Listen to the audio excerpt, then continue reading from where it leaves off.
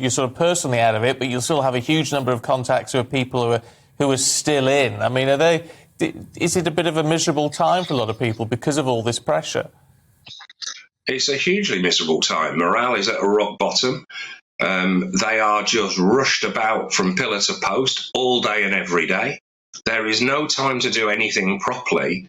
And that's what concerns me, that if they just bring in a new commissioner, they do not fix the budgets so that we're back to the equivalent of 2010 at least, adjusted for inflation and adjusted for increased demand, and an undertaking to fully fund whatever organisational change programme the commissioner comes up with.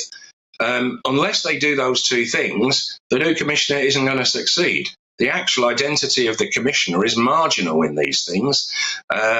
Far more fundamental is the time officers are trained, the amount of supervision and management, especially the amount of supervision and management there is out there for several other things, such as the stuff around WhatsApp groups and such like.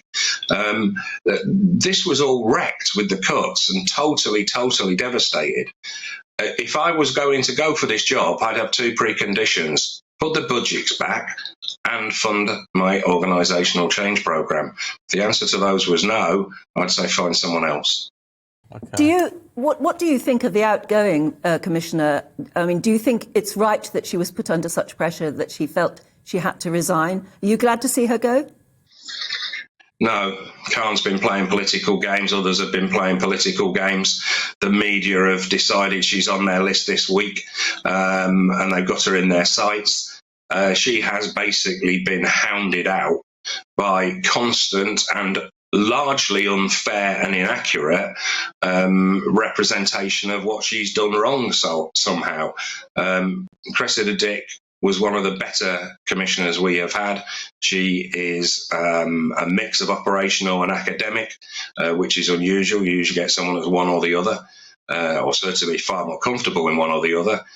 Cressida bridged that divide. She was a thoughtful and competent commissioner. Yes, there are some things that she could have done differently, could have done better. I'm not sure she was too happy with talking via the media. But of course, the only way the commissioner actually gets to speak to her 30,000 officers is through the medium of the public media. And I don't think that's recognised as much as it should be.